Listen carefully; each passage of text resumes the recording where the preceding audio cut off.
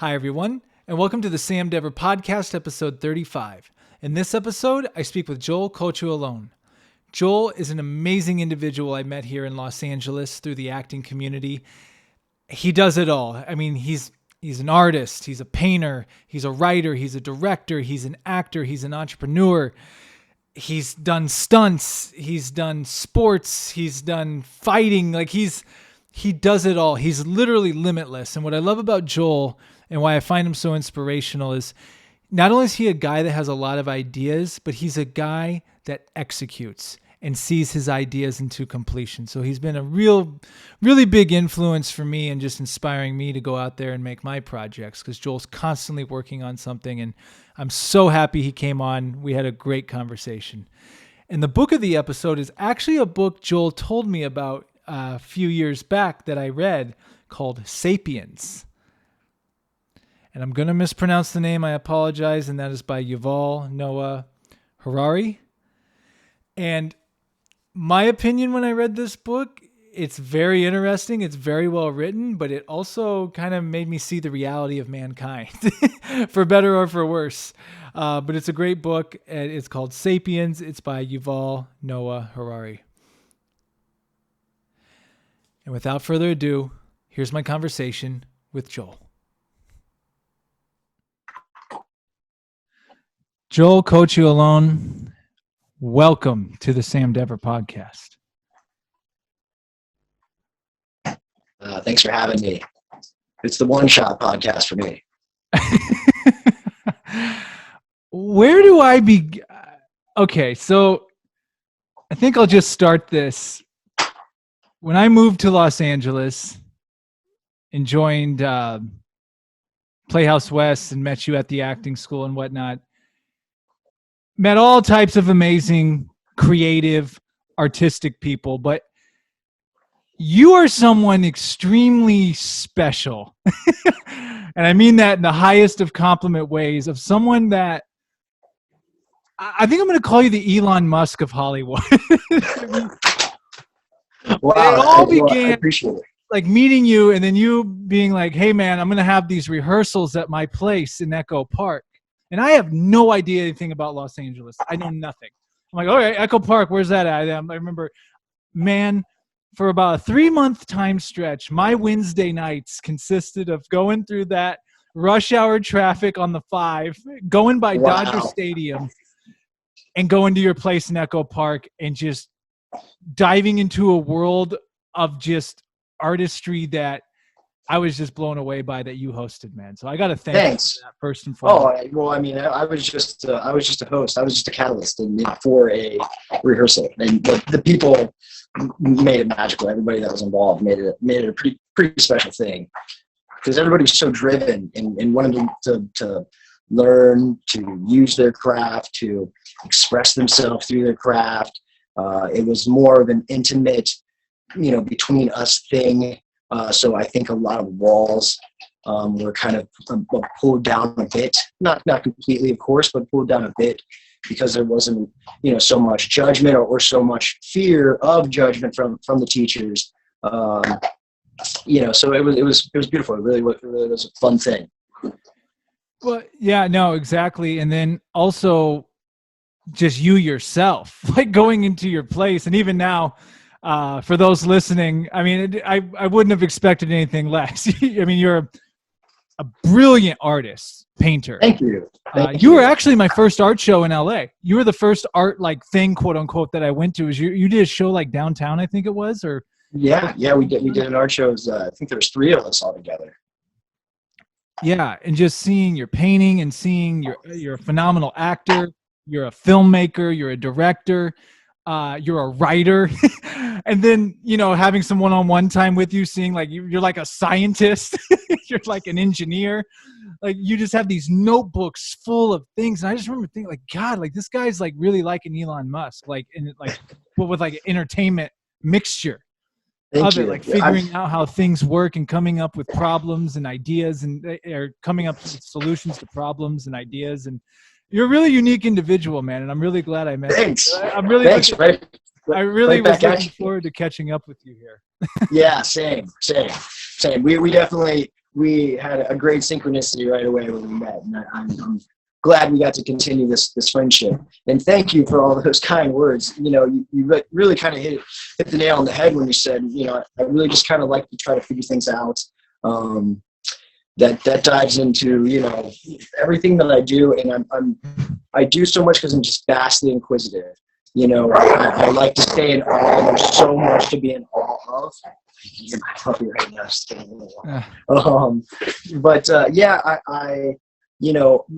I think Einstein said that I'm not smarter than anyone. I just spend infinitely longer on a problem than most, and really it's just the interest of things that drive me to do, various things or many different things. And why not? I know that it might take me a little bit longer in each field to kind of reach the goals that I set for myself, because I am wearing various hats and doing other things and spreading my time between different passions.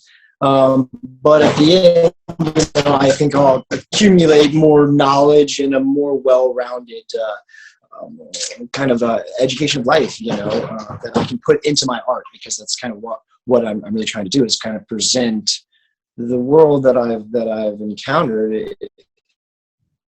and in various forms, either painting or in my acting or writing, however I can, Yeah. So I guess with you, where did art begin with you? Just because you're from Florida, correct? That's where you're from originally? Yes. What was the first I'm art thing that came into your realm? Oh, wow. Well, art has always been a part of my life. My mom's an art teacher. She's retired now. And she's a phenomenal artist. And my dad is also an artist. But my dad is also a builder, architect, engineer. And so you kind of really see a lot of both my mom and my dad in my art. A lot of like mathematical angles and kind of expression, vibrancy, it's kind of my mesh of art. But early on, I really like to sketch things that I saw that interested me. I would carry a sketchbook with me everywhere. And, neither my mom nor my dad really ever kind of pressed me to do anything. They both kind of just let me find what I liked and kind of pursued it on my own, and would help me, of course, as good parents do. But I think the very first thing that I can really recall that really got me kind of like, oh, I think I can do this pretty well, is I sat out in my driveway in my porch area and just sketched my whole porch area. Over time, I would sit out there and come back and sketch all this out, and it really turned out well. And then I won various contests as a kid, art contests in school. I probably won every art contest there was in school. And then as I got a little older, I really was kind of feeling limited with my visual art. I wanted to say more than I was having the scale to do in these paintings or pictures that I was drawing. And then I started to find an infatuation with words and just the depth of language and linguistics in general. And then I started, writing poetry and then writing stories and trying to tell kind of, bring my paintings to life and tell the story of before and after and of that painting itself, and where the idea came from, if it was, an abstract or expressionist type piece. And then of just kind of grand scale. I was obsessed with Lord of the Rings. The very first kind of thing that I read of a larger scale, my dad had this beautiful set of the Lord of the Rings leatherback books with like sketches and of the maps of Middle Earth, and I was just blown away by the scope of the story and just building these worlds, and it was just pure freedom, and I really was enthralled with that idea, and just kind of that's I knew I just wanted to do a lot, and why not? Yeah. So okay. So then where did and I just remembered that you do stunts and you do like fighting stuff too. It's like the list of your skill sets is like unlimited. Thanks, um, thanks. so what got you into like film acting in that whole realm in that moment and eventually Well, bringing you to Los Angeles?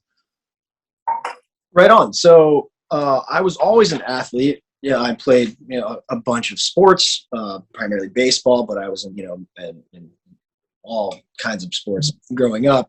And while I was in school, I think I think the person that really got me interested in it would be I had a choir teacher in middle school. Well, actually even in elementary school, we did these talent shows that my mom was an amazing teacher, and she would throw events and stuff for the school out of her own pocket and what have you. And then she put on talent shows, and then eventually the school adopted and helped, and they put on, larger talent show. But I would always, get involved with these talent shows, and I had a blast doing it. Getting up there and rush of like making so many people happy on art or anything that I do, it really kind of culminates to that feeling of everything goes away almost, and it's just you and the audience or the people that you're entertaining, and you're able to live inside this moment that's pure and safe and just a beautiful thing, because you're doing what everyone hopes to do, is to really find a moment and make the most of it, and you can make so many people happy by doing so, or sad or scared or upset, and it's such an amazing feeling. And I would do that when I was young, and I just really liked it. And then in middle school, really kind of started to flourish within sports. I was in choir, and I had this choir teacher named Miss Corsi, and she put on these plays, these musicals, and that are that were for the school, and all the kids would basically audition and get parts. And I played Daddy Warbucks in Annie, and oh my gosh, I just had the greatest time, portraying this character. Young, I was in middle school playing this old man, Daddy Warbucks, but I had a blast, and it was well received. And I knew that I just always wanted to act, to play these people, because you got to just investigate other like ways of living and views of life, and the whys is basically what drives me in life, is basically the why of everything. And then of course that translates into writing, and as I got older into high school, I was writing a lot of poetry, and I was writing a lot of films. My dog is pushing the camera.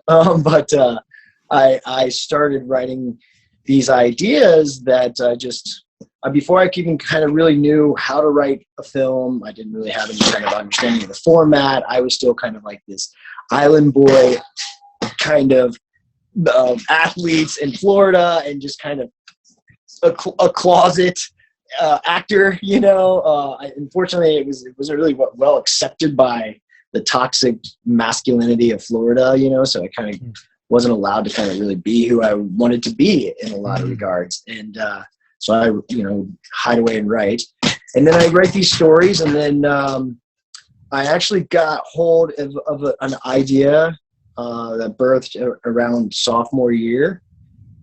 And it was a film idea that was kind of like, is this not been done? Like, and literally I've never let it go. It's been my driving force, basically my whole life, for almost 20 years now. I've been writing this one epic trilogy that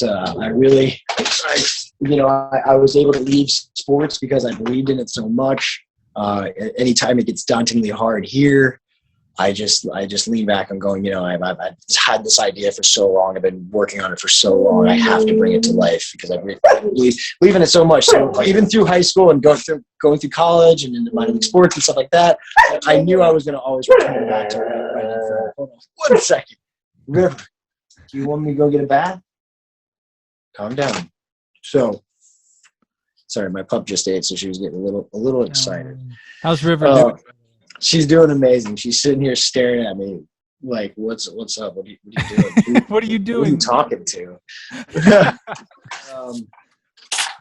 Man, this is like, there a lot of these questions can seem so innocent and just kind of like almost seem like a lot of people might have a redundant answer to it. But man, really, Sam, like this is the answer is so much more involved with everything than just a simple, like, oh, I painted this painting and I really thought art was cool.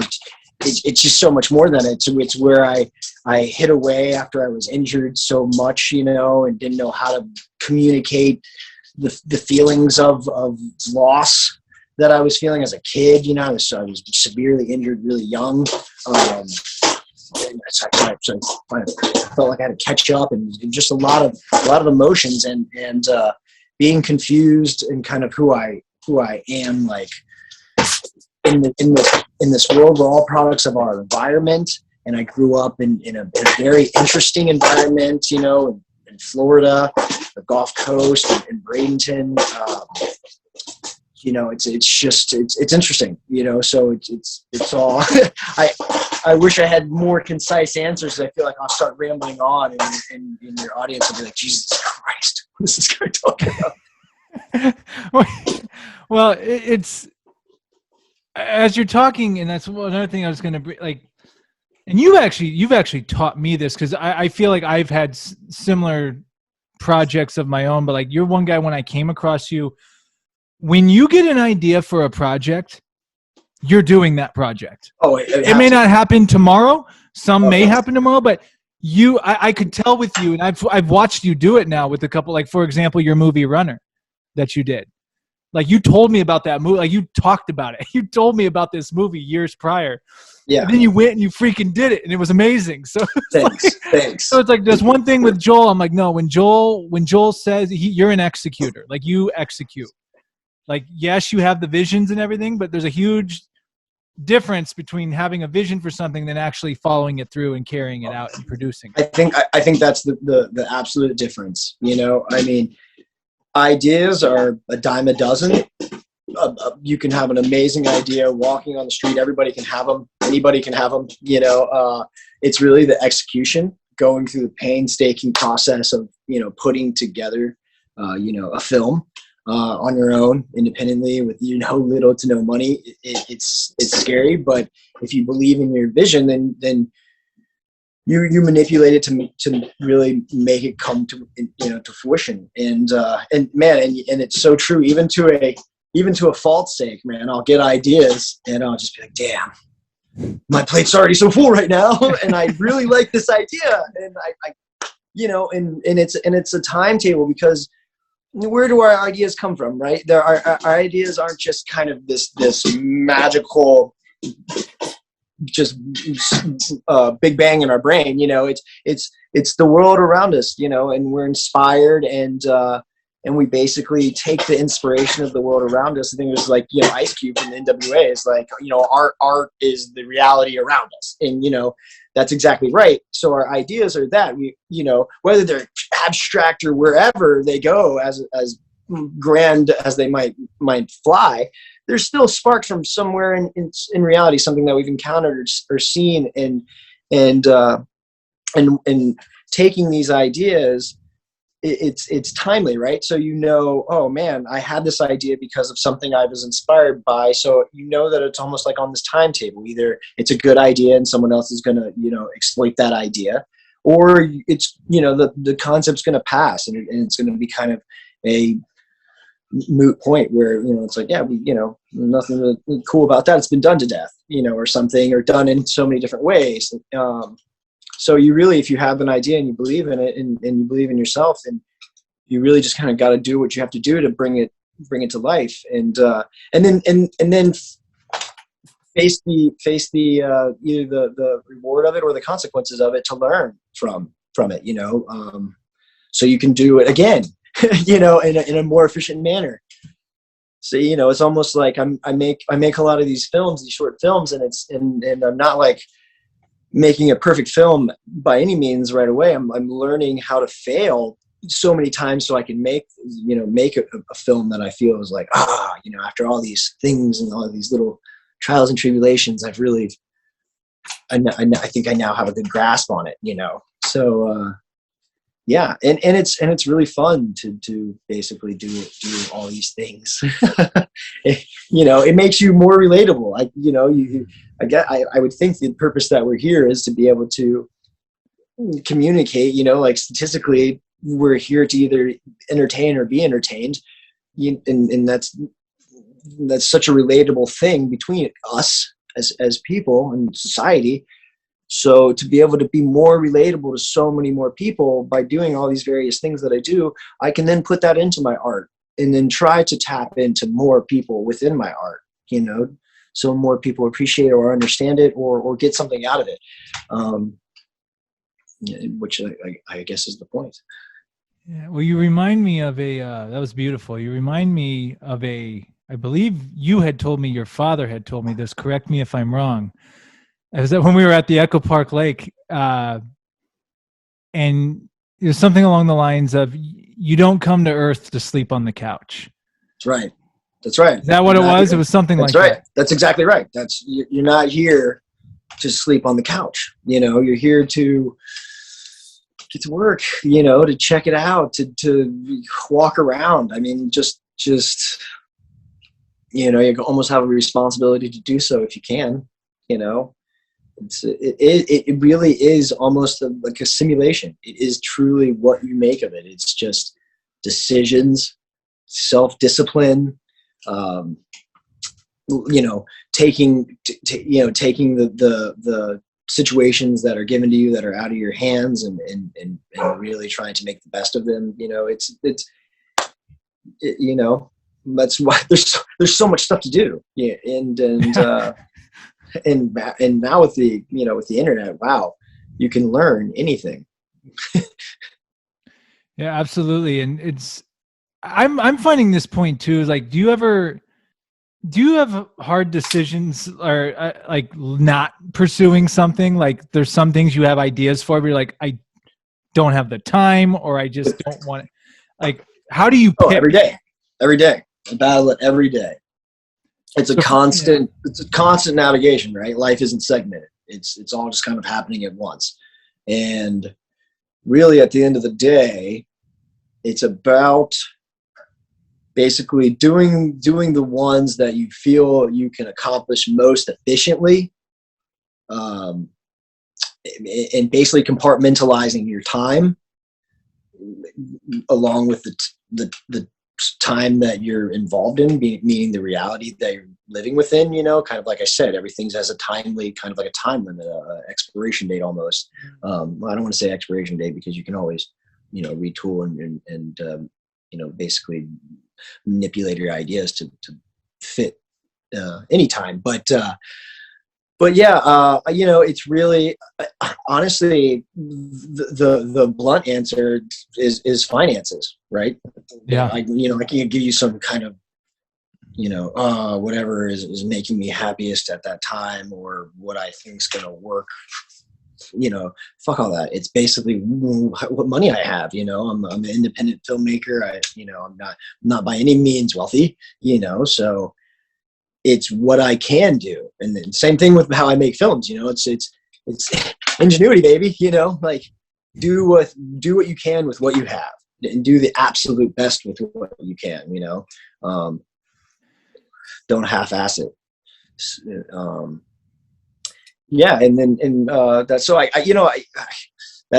that's the true answer. Whatever I can afford to do.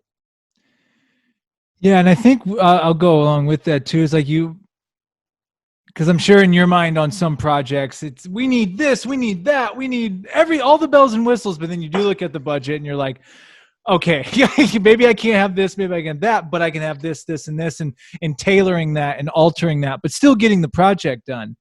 Right. It just may not be at the scale in your mind that you thought it was, but maybe sometimes it actually works out for the best anyway. Well, there's a couple ways. There's like a couple ways I approach that. So, with some of the short films that I've made, not at all have I thought on any kind of scale of like, this is what I need. We actually have kind of approached the filming going, this is what we have. No money. We have a camera. These are the people we can maybe call and get a hold of. Let's rent a hotel room and get inspired by the aesthetics of the hotel room. I'm going to get drunk and in a scene, and I'm going to just start rambling in my, and whatever story starts popping out, we're going to kind of just run with. And it's all kind of just a creative process of, okay, this is what we can make with the no money we have. And then when I'm writing something that I'm going to make, and it's going to be like a planned out production, I do then first write without any kind of constraints. The full idea, hey baby, that's my puppet. The full idea comes out first. And then I start to dial back with knowing how much money I can spend, and as an independent filmmaker, I really kind of yet to have, anybody give me any kind of money to make any kind of like big projects. Hopefully that's going to be changing soon. But, so, I have to scale everything and that's exciting too. It's all math. Everything that we do is math. Everything in art, every little thing that we do, this is some variable to get to an equation that we want to successfully get to. And so it's basically a problem that there's going to be a solution to, and it's fun, and it can be frustrating, but once you enjoy the process, it's what you're doing. Like it's you can't be mad at doing exactly what you want to be doing, as tough it is as it is, or as it can be. So, and that's a common theme, it seems, talking to other artists on the podcast. You have to love the process. But if you're doing it for outcome, you're already set up for failture. There's no such thing as outcome, right? There's life is not segmented, as I said before. It's just happening, and you're just doing this. Like if you want to be involved in a certain craft or industry, and then you're working your way into it, or involved in it and working your way through it, or up the ladder, or around, or anything, that's what you're doing. You have to enjoy it, because you're always going to be looking for the next level of success. Hopefully, there should be no plateau. Where do you stop and say, I've made it, or when do you start being happy? And honestly, anybody I've ever talked to that's been super successful in this industry, by chance or fortunately, they've all kind of told me that one thing is that once you start to really enjoy the process, the no's in auditions, and the not getting called back for talent or management agencies and things of that nature, it's a tough road, but that road is the road that you want to be on. So you have to enjoy the ups and downs. Sorry, River, baby, hey. So yeah. River's a pure lab, right? Yeah, she's a red fox lab. She's beautiful. Yeah. She's a pretty girl. Hey, baby, you want to get, she doesn't like baths. She loves water, but she doesn't like baths. Hey, you want to get a bath? You want to get a bath? That was a real response right there. She is very, very vocal. Hey, young lady, enough, please. Okay? I don't want it to get up. I might have to cover it. It's all good. One thing I wanted to bring up with you, because like I said, when I first moved here, how long you been out in LA now? You've been here for how long? I think I'm coming up on 10 years, man. 10 years, yes. You've been here for a minute. Yeah. What has Los Angeles been for you? Because feels like you're one of those people, like you're in Echo Park area, like you're in the heart of it all. Like you are in the heart of the artistry, the city, all of that. So what is Los Angeles to you? And tell me about that experience. Oh man, it's been an interesting experience. That's the truth of it. From getting here, and basically still being homeless and living in my car and experiencing that side of things, living in my car here for a few months and 3 months after traveling and living in my car for a year to get here.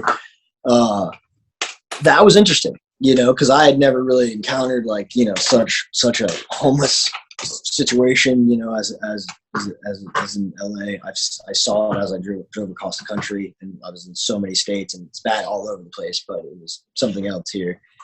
So I got to kind of see it from that perspective of being on the streets and seeing the difficulty of, like finding bathrooms and places to park and leave your vehicle. And it's just, that was a daunting time. And then getting into an apartment, the first place that I lived was in kind of like the Hollywood, Silver Lake line area, Vermont in Western area. I was still sleeping in my car with Rostam, my other pup, and I saw these two guys doing some renovation on a like a fourplex, and I was like, I'm gonna take a chance. I walked up and I was like, hey, you guys, I can do all that work. It helps to know, learn things, right? And so I learned a lot from my dad. I could, essentially build a house from the ground up. So he was like, hey, I'll make you guys a deal. Let me stay here, and I'll do everything. I'll remodel this whole place. And then once I, get done, we'll catch up and I'll start paying rent and yada, yada, yada. And they were like, bet, let's do it. So they were great. I moved in. It was this basically shell place. I started remodeling it. Had these cool neighbors that were really kind of helpful. It was great to kind of feel the neighborhood vibe of that neighborhood in LA. And then I immediately, a buddy of mine that I went to acting school with in Florida, he took me out and he introduced me to some like New York Film Academy students, like the LA school, the New York Film Academy LA edition. And through, I started working with a lot of them. They were all like kind of in the process of doing their thesis, and I literally did like 10 short films right away. And I guess actually let me back up. Right when I got here, sorry, because this is actually important. I haven't really discussed any of this with anybody since I really haven't discussed the history of coming to LA. That's why we're on the Sam Dever podcast. I'm recording. Yeah. So I get here, I'm in my car. What I'm told to do is to link up with like central casting, right? The background work. Okay, so I do. I link up with River. You want to get a bath? No, you don't. Okay. I link up with central casting. I immediately do a couple television shows. Like, hey, babe, River, please stop. Come here. Let me get a retreat real quick. So yeah, I'm doing these the background shows like 90210 and New Girl, and which was cool because I always got bumped up to a feature background person, which was kind of neat. And actually, in fact, on 90210, they kept moving me around in the scene, and then finally just pulled me out of the scene. And they're like, "Look, man, sorry, we can't use you. We keep looking at you in the scene." And I was like, "Oh, well, that's nice, that's sweet, thank you." And then actually the director of that episode was pulled me aside and was like, "Hey, take it as a compliment," which I really did. And he's like, "Really, pursue it. You have a good charisma." And I really that was early on. I really needed it after like living in my car and getting out here after such a rough road. And it was funny because I'm like pulling up to these sets with in my Subaru with like just stuff on top, my dog in the car, and a trailer. And the people at the gate of like Warner Brothers and stuff are just like, "What the fuck is this?" And I just always thought that was great. And everybody was always so awesome with Rasta, my pup. He could come and hang out. Everybody was so cool with him. That was great. You know, the Hollywood was super nice right away to me. So that was really sweet. But I was told by the kind of various people on the set, including this particular director of 90210. You know, the episode, I don't remember what episode it was or anything, but he was like, yeah, you know, you should probably stop doing background work. And you know, it's like, you can go get into class here and really start to, you know, search for an agent and a manager, and, you know, like, don't go down this rabbit hole. Basically, it's really easy to get sucked in and get comfortable kind of situation, you know. And I was like, cool. So I did that. Yeah, I stopped doing it and then tried to just kind of focus on finding these like individuals that are like, you know, making their own films and, you know, start to network and yada yada. And then that's what I started to do. Then that's when I met the people making their thesis. Excuse me. Got involved with them and started acting in a lot of stuff for them, but kind of bit off more than I could chew. I was so excited and just kind of was like doing it, just kind of taking too many parts, and really wasn't like, you know, focusing on any one role really well enough. It was just the ego was just kind of running rampant, like, oh, I'm going to do all these roles and play all these characters and, you know, prove I'm this amazing method actor and yada, yada, yada. And I probably gave a, you know, a half-assed decent performance and maybe 2 of the like 10 things I did. But you know, just the bug was, you know, super, super real inside of me. I had it and I really wanted to do more, but I wasn't getting the roles that I wanted to get. You know, I really wanted to spread my wings as an actor, and I was kind of always getting casted for what I looked like, you know, kind of typecasted as this particular person. And, you know, I just really wasn't excited about that. So I started, you know, trying to create these characters that I wanted to portray and write various stories for them. And then started making these short films, you know, with friends that I was making, you know, on other projects. You know, you kind of find your little tribe of individuals, creative like minds, you know, that you have like creative interests that align, you know, and you start to like kind of make projects here and there, and then, you know, if it works, you keep making them, and you have friends that come and go, and, you know, it's not anything like terrible. It's just, it's always a very interesting thing. You know, a lot of people are here to do things, you know. So, you know, it's kind of like life is already a series of hellos and goodbyes. So, you know, you just try to make the best of them, and you make these friendships and you make projects, and maybe it works out and you guys, you know, want to make more things, or maybe that was it, you know, and I'm going to make some stuff with some other people. And yeah, it's just been this kind of like trial and error type thing. And it's been a learning process the entire time, which has been really, really fun. And then just kind of in sorry, getting a little off topic, but with LA, I've got to see so many interesting sides of it. I was fortunate enough to kind of be thrown into the mix of like high society LA right away. A buddy of mine is a pretty successful actor that we linked up, and I would go to like kind of events with him here and there, and it became kind of way too much for both of us. And he ended up moving to Georgia, and I was just kind of like too much, and ended up moving into Echo Park, and really found a great group of individuals in Echo Park, various musicians and artists that I've created, you know, projects with and friendships and molded friendships with. But yeah, Echo Park's it's a pretty cool place. But, you know, even now Echo Park, though, it seems, you know, a little, I don't know. It's everything right now is affected by the world around us, of course. So it's everywhere is a little drab.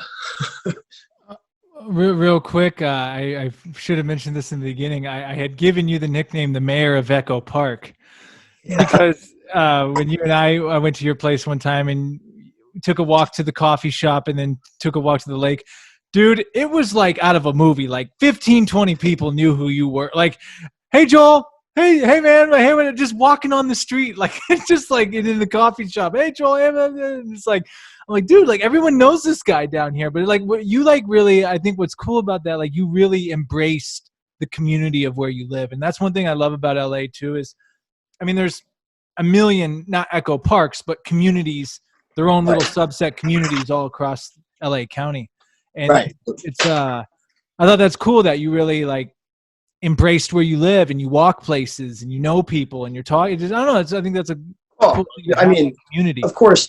I mean, there's kind of a few reasons why.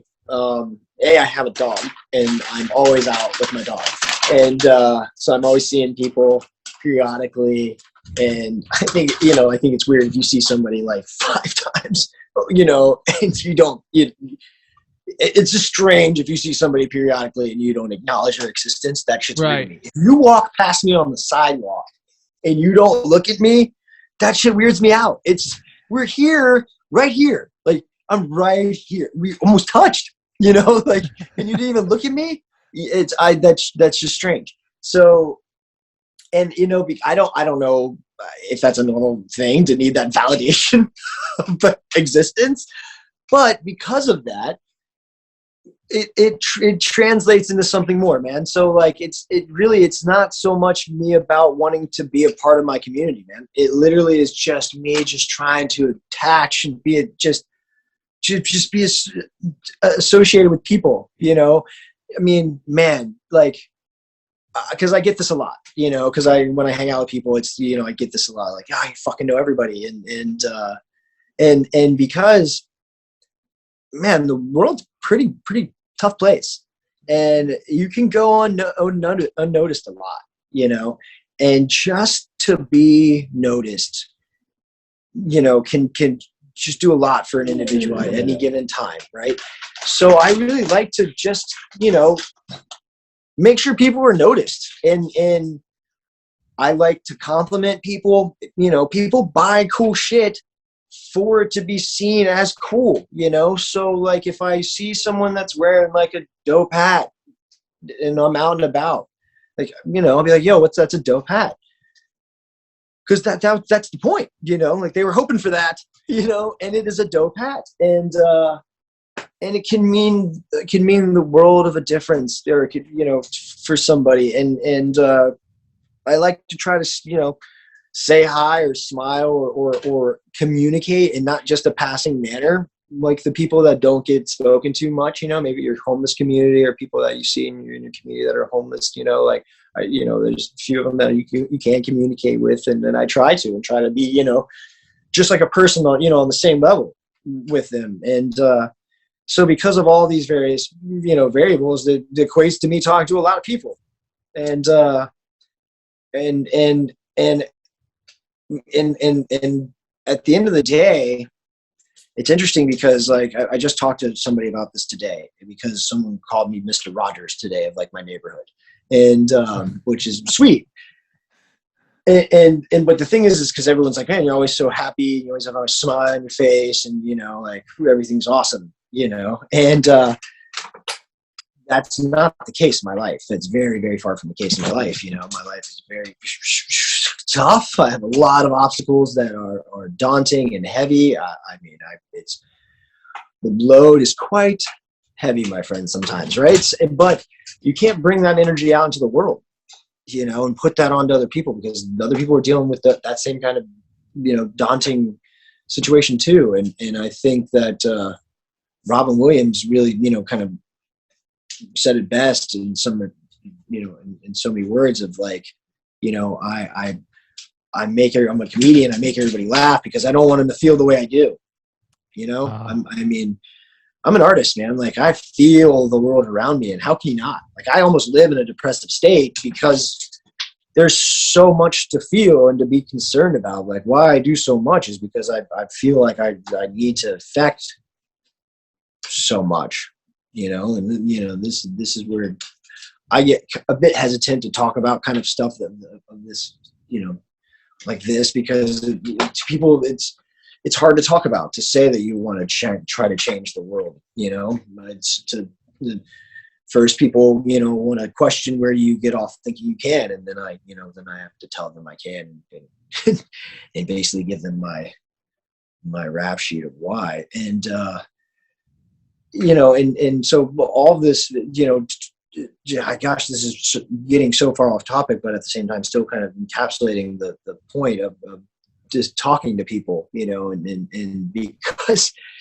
everybody just wants to feel a little bit better, and we do that for each other. We can do that for each other, in the littlest of ways, and for yourself, it's nice to know people can count on you, or know that you'll be there for them, or know that when they see you, we can say hello. Like I'm at the coffee shop first thing in the morning, every morning, like at 6:30, and I walk by a restaurant that's right by the coffee shop, and there's this two middle-aged, probably like in their 50s, a Mexican couple that basically do like the custodial work. They clean the bar restaurant in the morning, and they're the sweetest little couple, right? And I see them every morning. And they said hello to me, and I say hi to them. And now it's turned into this thing where it's this just loud, good morning, just yelling at it. It's like and it's this kind of magical thing. And it's, something that you just wouldn't expect, like to happen just from saying hello to somebody. It's pretty beautiful. And as a writer, if the more people that it's the more you pull from, man. You just catalog it. You just catalog it. These people that have these interesting things. As a painter, I do the same thing when I see these things that are visually remembering, or visually striking, and just causing me to remember them. I just catalog it. And that's where my art comes from. Is these places in my brain that I literally take these ideas and put them in particular places in my brain that I like visualize, like little rooms that I go and get ideas out of, so I can hold on to them for long periods of time, and I don't need to like constantly be writing things down. So yeah. So much I want to pull from that. That was. I know, dude. I'm so sorry. No. This is perfect. This is what podcasting's for. Like this. I know. One shot. I very rarely sit and talk to anybody in any kind of like length about really anything other than what I'm, a project that I'm working on. Talking diligent, like talking schematics of the project. Like I, and I love that. Like this is my existence. Like this is what I care about. This is right. Well, no, dude, and I love this. This is amazing because I've had these conversations with you off camera. Like it's like, so this is awesome that we're able to capture this right now. And first of all, you remind me of the quote, one of my favorite quotes: "Make everybody feel like a somebody." Oh, without a doubt. Make everybody. You're one of those people. You make everyone feel like a somebody, and you're right, man. All it takes is just a little acknowledgement to totally flip someone's mood, without a doubt. Give them some confidence. It's at our fingertips too. Like we can do it at any time. Like it's without a doubt. And to know that you can, you know what I mean? It's to know that you have the confidence in yourself to, say hello to somebody and face that interaction, because who knows how it's going to go. Yeah, you know what I mean? It could go anywhere. And, but it is, man. And, along the same lines of that quote is another one that I love to live by. Joe DiMaggio, I think, said it is, do everything like it's the first time anybody's seen you do anything, and that's a good one. Brilliant, right? I mean, it's absolutely brilliant. And that's in all regards, man, so I kind of think about that and don't let them see you sleeping. You know what I mean? Like, don't, like that's, it kind of goes hand in hand, right? Don't ever let them see you slipping, like fucking get your shit together, make sure your shit's in order and be efficient, I'll add one more on top of that. How you do anything is how you do everything. Oh, without a doubt. Like that's, that's interesting because in sports, I was kind of strange about practicing, and just doing these repetitive things over and over and over. even at a young age, I would kind of like get in conflicts with my coaches. Like, this is just creating bad habit. Like, we're just nonchalantly going through the motions. Like, this is not at all how I would face an opponent, how I would face a batter, or how I would face a pitcher as a batter. That really rings true. And the same thing that we would do in rehearsals, we would really try to get to the core of what we were trying to present, and not just go through the motions, This is really random. Yeah.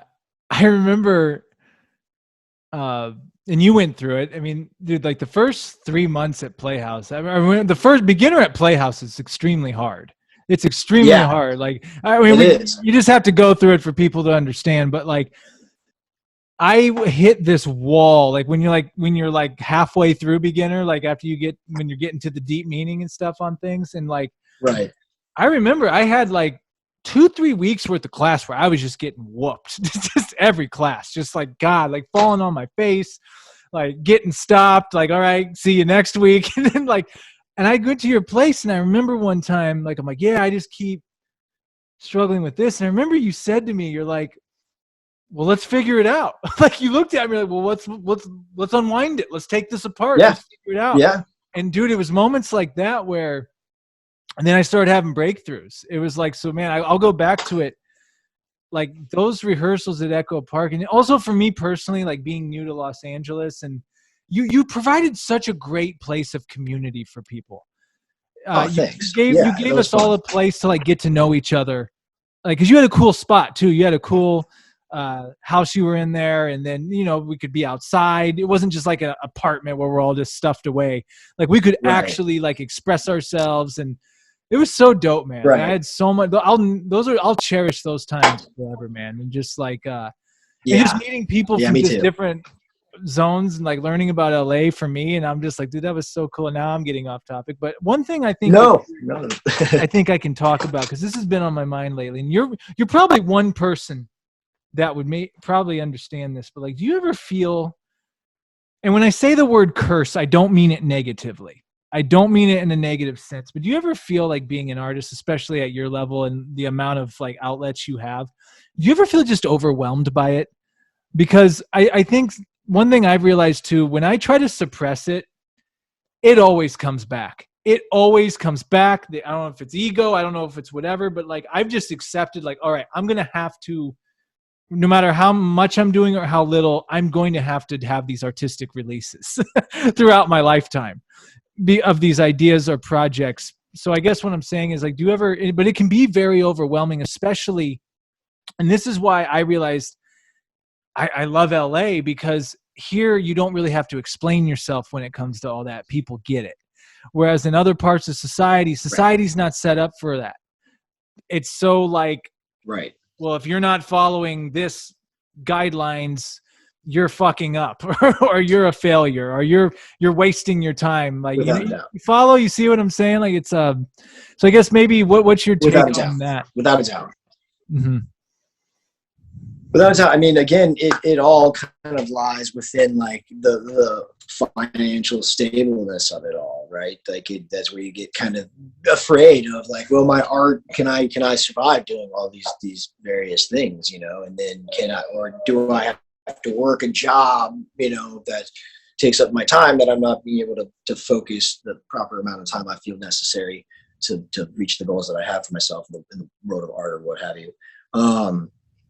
So yes, it is almost a burden's sake to want to do, man. It very much is a burden's sake. Like you kind of have to like give yourself up to the greater purpose, of you're now for the people, like you're just a catalyst of these ideas that you think are so important that you almost have to forego, these self wants almost, or self-indulgence, to kind of live beyond that and see there's a bigger scope. Like this is all just like this, it's all just institutions. I mean, really, once you kind of, trace history and learn as much as you can about where we came from as people, how societies were birthed and why various, institutions arose, you kind of see that it really does, pigeonhole people on purpose. And this is all just made up, like these rules and ways of being. They're meant to kind of keep us in this mediocre mindset and just be okay with comfortability and mediocrity, when you can do so much more. That but it's not easy. It's the harder path, because like you said, like this isn't kind of the normal, to be an artist, to feel like you want to revolutionize various constructs and ideals. I mean, you have to just kind of believe that this is all just whatever it is that what the best words I want to put it. So it's all just made up. This is all just made up. So you can literally do whatever you want. You don't have to fit. There's no frame to really fit. It stifles you.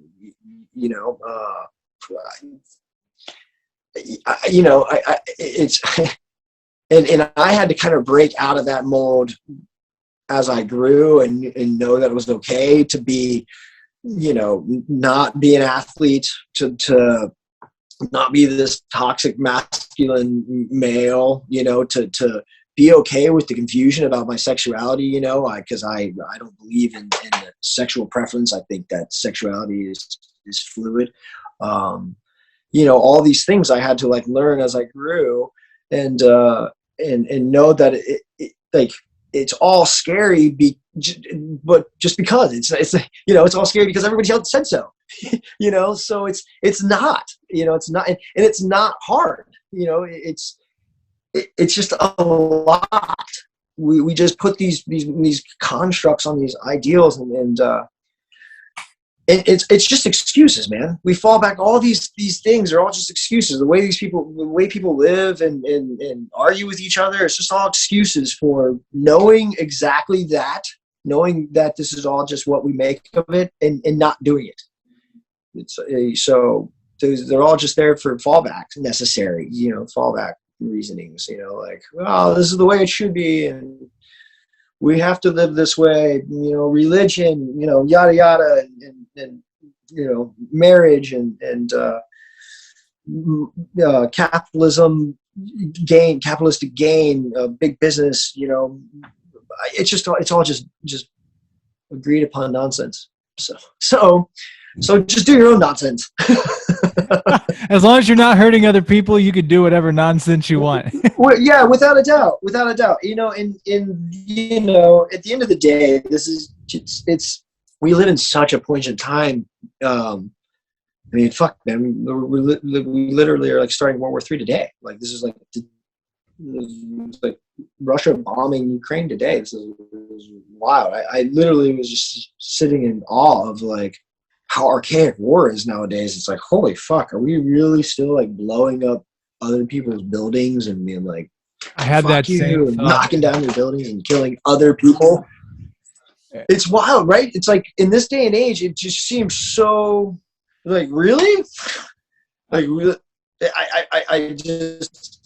I don't know.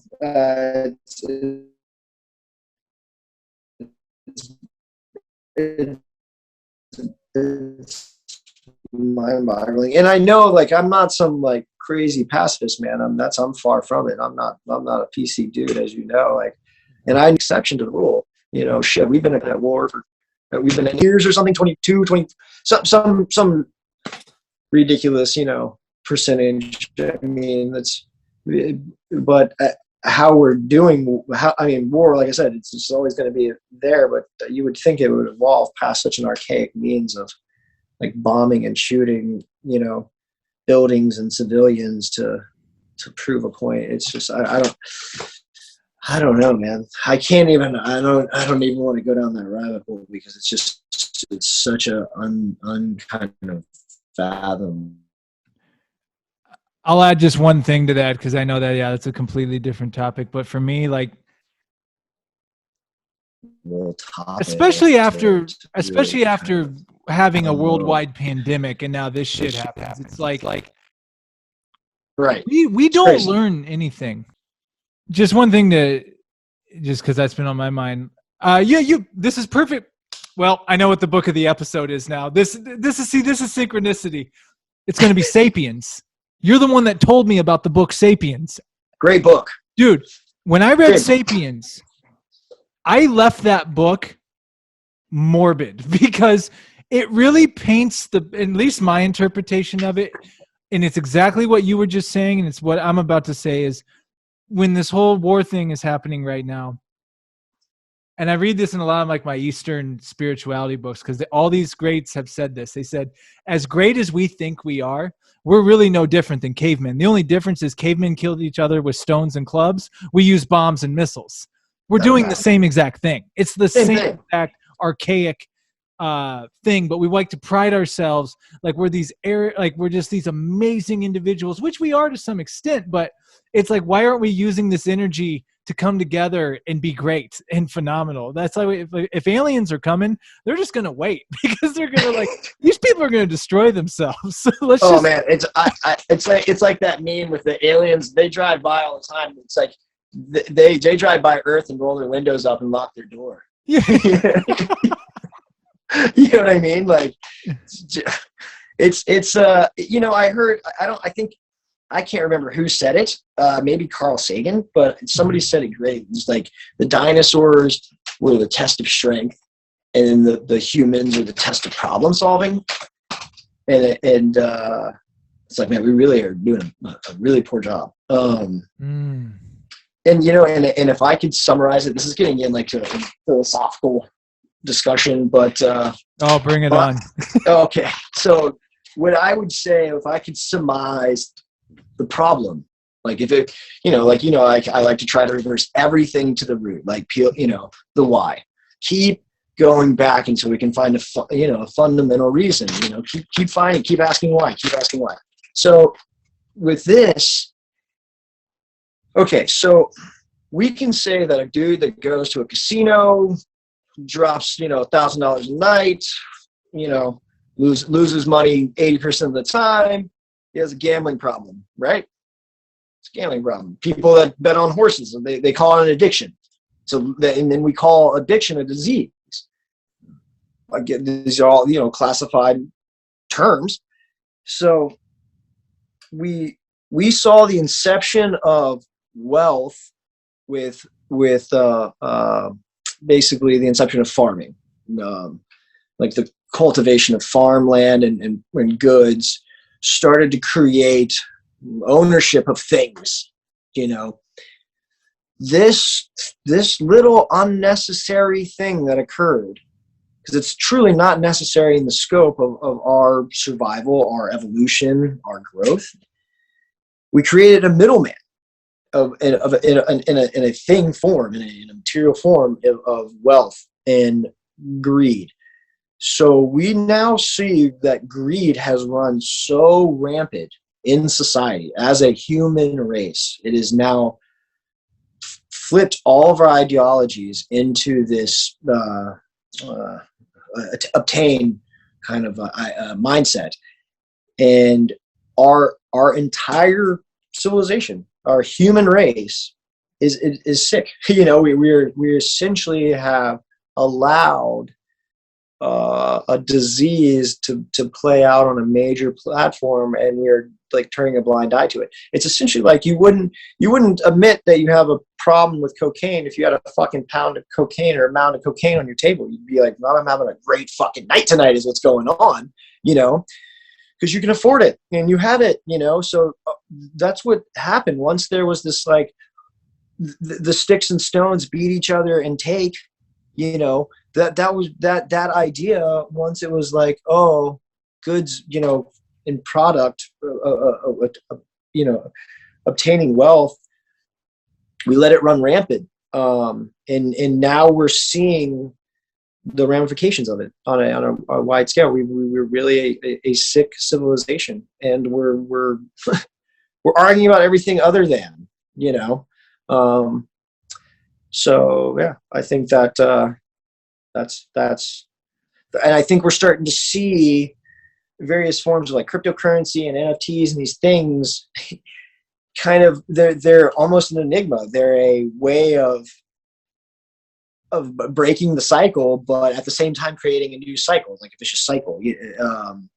I mean, even the creator of Bitcoin, if you look at like the definition of Bitcoin, he said it was a monetary thing to like get away from central banking, but in a very short amount of time, it'll be owned by the elites. You know, like it's all the same thing, and it's and at times, one shot, it's so frustrating to just exist. You know, to exist in a world where you pride yourself on educating yourself, on being aware, on being relatable, on being grounded, and being in this position to be, you know, non-provocative and in a neutral state to where you can learn from both sides and take, you know, and basically formulate mature opinions, like, you know. But at the end of the day, when you're able to do that, you see the world with like, what the fuck is going on, and none of it should be this way. You know, it literally is just, you know, manipulation, and there's so many various channels. But what happens is, man, it's like, it doesn't take a genius by any means to see all this. It just takes, you know, someone with a little bit of time and awareness, of course. But what happens is we don't have fucking time to deal with it. We have to get on with paying our exorbitant bills that are just rising every day. We have to like take care of our family. You know, we find a loved one, you know, have kids. We just don't have time. So it's like, somebody else will take care of it. The professors will take care of it. The doctors will take care of it. The scientists will take care of it. Whereas they're trying, but they're, you know, that's just, they're taking on one little aspect of these daunting world issues that, it's just a time suck, man. It's, you know, everything that all this construct that we live within is just a time suck. It's annoying and it's frustrating at times, man. You're just like, fuck. I loved everything you just said. And so my question is, after hearing all that, you being the problem solver, what do we do? if Joel's in charge, what are our first steps? What are our first steps? So I think if I were to guess what could happen, or to make it seem as easy as it could be, the internet is the great anomaly of our time, right? It is a complete enigma, an anomaly wrapped in a question, right? So reason being is because the internet allows us to be closer together by being further apart. That's real fucking strange. Because of the internet, the man behind the curtain, the Wizard of Oz, is being pulled away. And now the people that are kind of doing things behind the curtain, you know, like big business, the manipulation of the markets and things like that. It's not some big conspiracy. It's all just big business. But it's now kind of like out in the open. What I think could possibly happen, because I think about this all the time, is what would stop everyone from, say, a document, a meme, just appeared on the internet across social media platforms, and it was in contract form, and it simply said, you know, I choose not to use government services, public transportation, the dollar, public, you know, library, you know, I'm done with this. You know what I mean? I'm no longer in this republic. It's a choice. We literally have a choice to be a part of this republic or not. It's so strange. Like, you're not born into this republic. You know what I mean? Like, there's still sovereign land. There's still land that's not owned by the U.S. government. You know what I mean? Like, the idea that just like you being an American means you're owned by some kind of country, like nationalism, that shit's all bananas to me. Like, it's all just crazy. Like, you have to like live within the confines of this like country's idealisms, you know, and like as you grow up, like fuck all that shit. No, anytime you could just say, I'm all right. I'm good. I tried this out for a good, 36 years and it's not really working out for me. I'm done with your republic. And, I'm just going to do my own thing, thanks. And, so if someone say that was like in a legitimate, I know I'm kind of joking about it, but if it was like, hey, I remove myself from this republic and literally if everyone kind of like saw that and was in sound mind enough to understand that that is literally how easy it is to just stop, you know, because it's so strange. This idea of like our government, it's like that it's become such an authoritarian thing, like our police state, like, the ideas, of them like, governing us is just strange, like they're just representatives, they're just servicemen and they make so much more money and they're elitist. Like it's so strange that the people that work for us are elitists. That just, it doesn't make any kind of sense in a democracy, like definition. Like it just, so I don't know. I think maybe it could be as simple as that, is that somebody just makes this like contract that, you abide by. And I don't know. I know that we have to focus on technologies. I know that the lack of opportunity breeds violence and crime. I know that we have to look past this nationalism thing and work together as minds to like we need to start appreciating art and intelligence more so. We need to have like the Olympics for the mind. You know what I mean? Like we really got to retool education. That's right now we kind of have a battle, in my opinion. I don't want to get too political, but right now we're kind of seeing like the battle of kind of I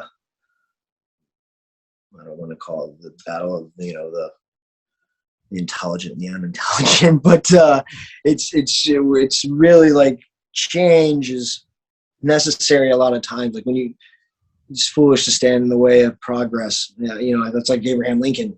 And we still have so many people just wanting to stand in the way of like change and progress because of archaic religious blind faith and values that come from years and years ago when just it was just a different time. And I mean, a lot of this stuff just floors me, man.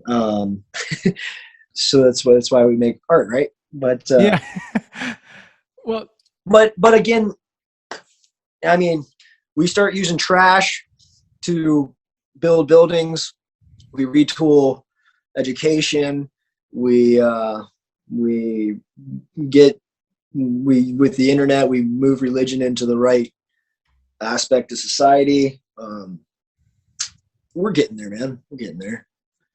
We're moving there. And it's I don't know, man. There's times when I literally thought, like, do I just stop doing all this and like try to be this person that like that I don't know, strokes the fire of change, like as a revolutionist or something. But I don't know. I think I just keep making art and find successful avenues and then use our platform and I don't know.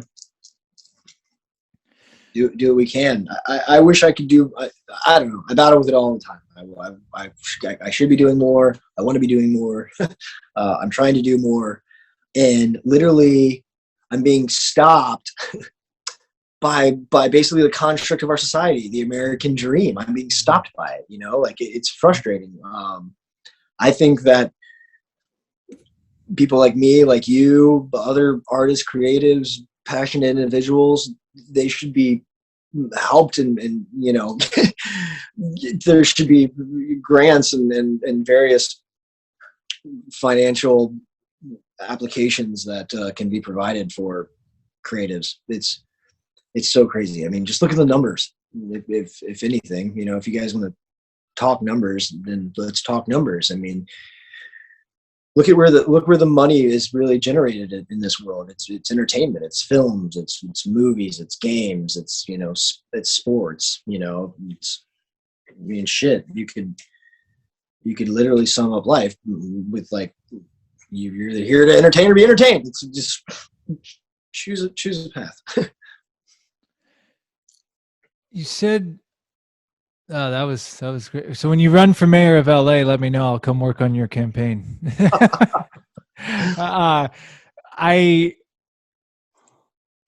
You said something at the very beginning of that, especially that hit, was we make this run. Like we all opt into this. So it's like people don't understand. Like you do realize that this is your taxes that you're paying and these people work for you, right? You remember that, right?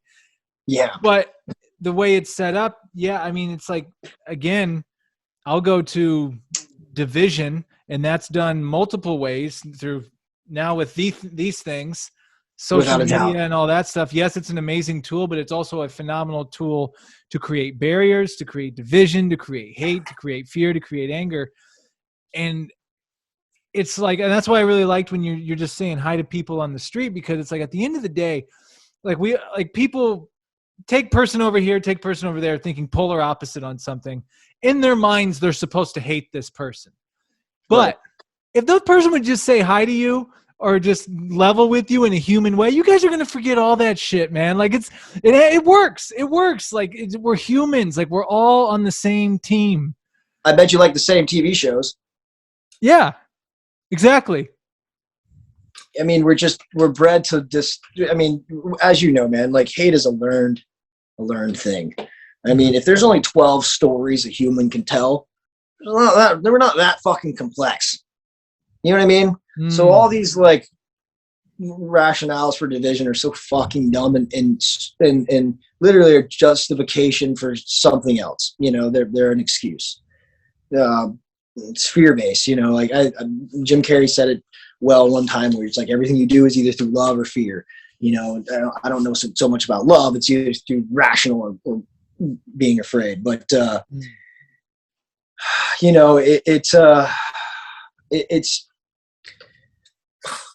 it's interesting, man. Like people want to be afraid of each other right now. Almost it's to make sense of things.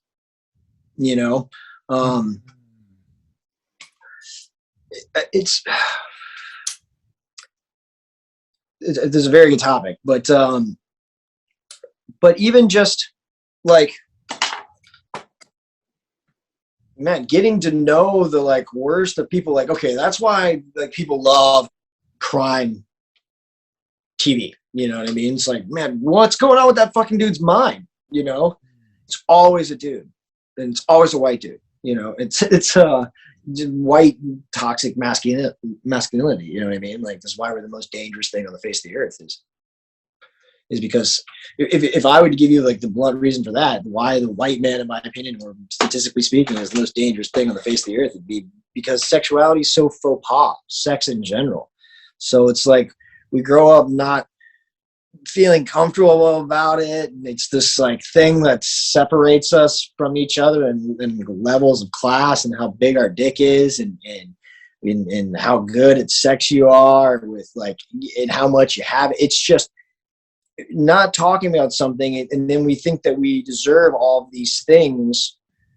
Just all these culminations, make white toxic masculinity. You know what I mean? So, those are the people I don't really like. But anyways, that's way off topic. But that's an interesting topic within itself that we could probably do a whole podcast on, to be honest. Yeah, because I think about that a lot because I was a part of it. I felt it as a person growing up in Florida. I've been on the wrong side of thoughts before, just to fit in. But yeah. I mean, at the end of the day, man, to get back to like people to people interactions, there's a couple things about that. It's like, look how we're built. We have these two legs and these arms, these eyes, nose, mouth. We're supposed to literally walk places, move things out of the way to walk places, move things with our arms, walk places with our legs, interact with other people, listen, use our senses. understand what they have to provide that can maybe make you better. Therefore, you can take that information, walk to another person, move things out of the way, use your mouth, then speak to another person those ideas, and then benefit the culture. That was kind of the idea of the human race, right? Like, it's why we can communicate. Any kind of communication advances the culture, right? So we communicate on such a high level. We should be able to be constantly evolving.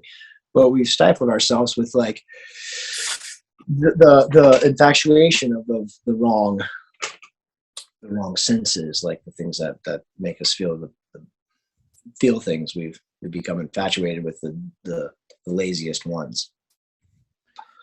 So pleasure makes art hard, you know, like and you know, and that's why you see a lot of these like artists get upset with the like current political landscape, and it's like, no, it's not like this leftist like just side choosing like thought. It's like, no, man, we're like, as an artist, it's almost like you're rallying against the creative class, you know, like or the creative minds. Like, no, you need to be fucking working in a factory, you know. People shouldn't be getting handouts. Like, what the fuck not? That should, like, we could literally, if everybody just decided to call Leafs money tomorrow, like, yo, let's get rid of the dollar bills. Like, how about we just call Leafs money off of trees tomorrow? And everybody goes, cool. That's it. Leafs are money now, you know? So it's like, what, dude, we could print it. You say whatever you want and have some arguments with world leaders over shit. Like, it's just, it's crazy. It's crazy. Like, oh, people want to just work until they die for other people. Man, the cognitive dissonance of the world is bananas, man. And it's sad, you know. It's frustrating because I just want to see what's best for everybody. Everybody can have so much. Like, there's so much. There's enough for everyone. There's abundance. There's enough for everyone. So much. It's so frustrating. It's so frustrating. I told someone, it was an artist friend, and look, when I say this, I'm saying this from a first world in the United States perspective. I know we have it way better than many around the world. But I'm like, you know, someone shouldn't have to work 3 jobs just to say that their bills are paid. You know what I'm saying? Like, it's like crazy. Just to survive, like just to live and have barely enough food to pay their, like, working 3 jobs. It doesn't add up to me. I'm like, and I'm with you on the whole. And look, I'm all for entrepreneurship. I'm all for reasonable capitalism to some extent, of someone that comes up with something, sells it, and profits off it. I'm for that. But I'm not for this, like you just said, like, well, you didn't work hard enough, or, you know, you just got to get it. It's like, dude, it's like everyone has a different, like, experience in this thing. Like, it's like not everyone can have the same opportunities. And look, yeah, do some people break through and make it happen? Of course they do. But there's a lot of people who don't even get that shot. And oh man, it's so fine. It's, I mean, so small, bro. The people that literally break through on their own, you know, like, I mean, I can contest, it's extremely difficult, you know, and it shouldn't be. It should not be at all. I mean, and look, man, it's not some vast conspiracy. Like I said, it's just big business. If you were to climb this, you know, amazing plateau and you get to this beautiful view where, you know, it's the most magical thing you've ever seen at the top of this fucking hill, and you found this like magical staircase to get up there, and there's only room for you up there. Would you tell anybody else about that staircase? No, you don't want anybody else coming up there with you, you know, and you're the one that found the staircase and you're up there, so you feel like you deserve it more than these other people, right? So what happens is we get this sense of, like I said, hoardership and greed, and the you know, like, once you start to build governments and put people into position and power, we already chose our elites to, you know, like the people that basically were creating the ideas of how we should live became the ones enforcing it. And then the ideas of the protection of the people, that changed. That idea of like, oh, you know, the love of the people, the evolution of people, the progression of people, that changed. It became the progression of the dollar. So the safety of the dollar, the protection of the dollar, the authoritarian figure of the dollar, it all became the main focus. And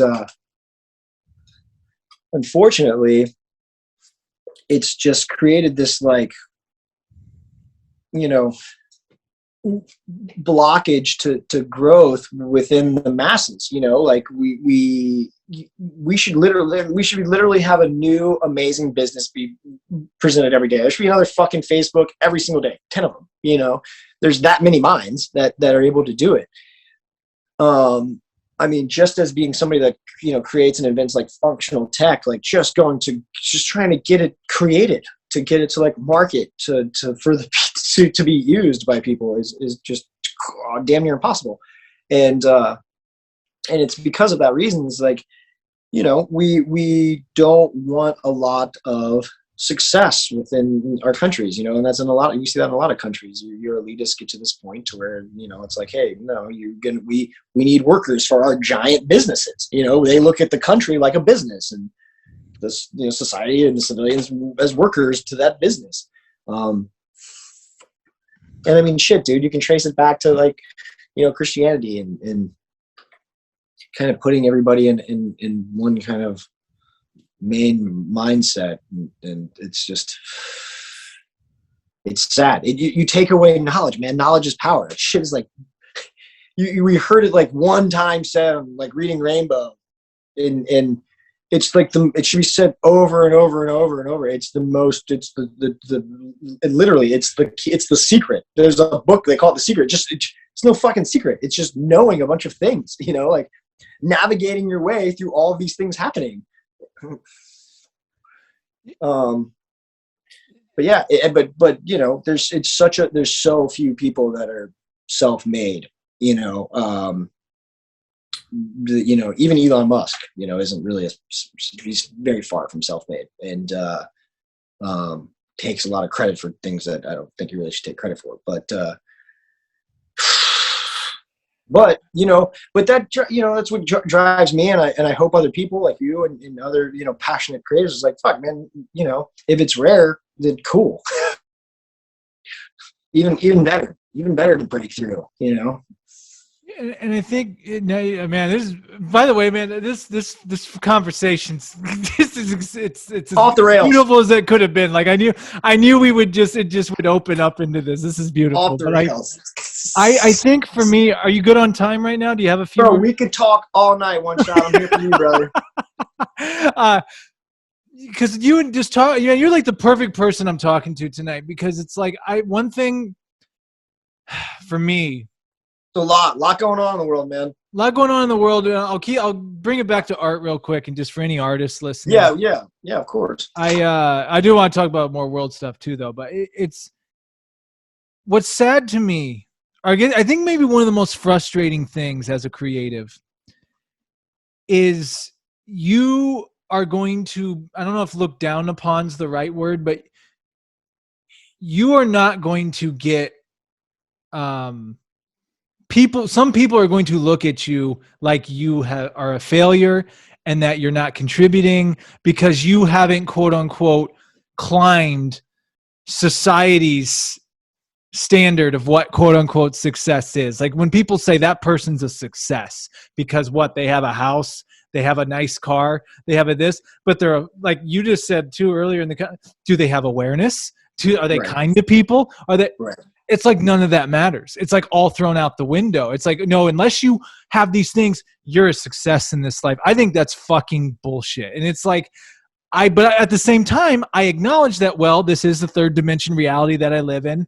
I have to play the game on some things. I do have to pay my rent. I do have to do, but it's just, I think that's maybe like the thing I've been thinking about lately. Cause I mean, you being one of those people of just these talented, brilliant people that I know.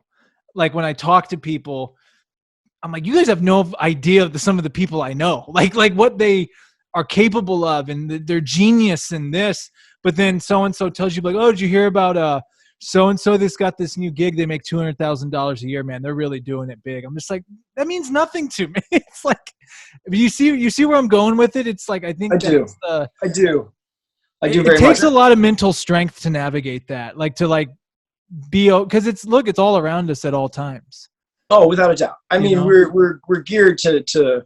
I mean, we have to now make money to basically do anything. You know, you have to have this mindset to obtain a great deal of money. You know, to be successful in any capacity. You know, if in the realm of what successful is, right? Mm-hmm. But it's what I find to be successful. What my goal is to be remembered. You know, to be impactful, to change things, to be in discussions when people have arguments and debates. You know, to have a leg to stand on when I want to stand on it. So, where was I just going with that? I'll interject one quick thing too. Like, Yeah, that's the thing. do. Like you said, like I too, like I've more as of late, because I realize there's certain things in life I want. I want a family. I have a significant other now. I want That's right. certain things, and it's like, Yeah. all right, I'm okay with adopting that. My whole thing is I don't identify with it, and I think so many people Right. identify people and label people as success, not success, not success, and to me that's just like, it's so crazy to me. And like, like, that's why I love meeting people such as yourself that see, that get it. Like we see it like, wait a minute, like you said, this is all made up. Like this whole thing is made up. Like who says that this is the right way to live? Right. It's just a book. It's just a book that we're just writing as people. Why not add part to it? You know what I mean? Like, why not be so pivotal that you get a part in that book? You know what I mean? Like, you're just a character. It's literally just step back and look at it like a fucking giant movie. You know, like, be so impactful in some way, hopefully not killing a bunch of people, right? Because that's how some people choose to be. You know, like they want to be involved so much that they make a splash in that way. But it's like, that's why, like, you know, there you find a lot of these like fucking crazy people, you know, are you know, highly intelligent. It's just they break at some point, you know. Yeah. But man, yeah, it's like, why not try to do everything, you know? Like that's something I've like kind of set out to do, and I will say that I had like kind of a extra sense of inspiration by being so, you know, injured as a kid. You know, I was told like, oh man, you know, like it's a miracle you're alive, you gotta do all this shit. I was like, oh well, guess I gotta get to doing. And yeah, really have kind of just continuously done so, because once you start doing and then you get to like a point where you've done, you're like, oh well, I just did it a bunch and got good at it. And if you do, it's like whoever does it the most or is undoubtedly good at it, you'll be found, or you'll end up doing it. You know what I mean? It's you just keep doing it, you know, and get good at it. And that could be anything, you know.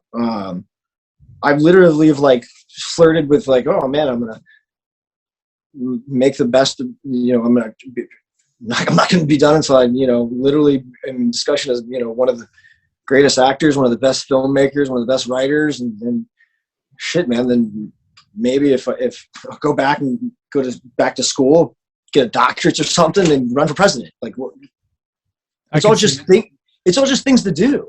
It's literally like I'm gonna wake up, I'm gonna have breakfast, and I'm gonna go to the grocery store. You know what I mean? Like, you're just doing. You just do. And then there's foreseen things, of course, that happen within that time frame.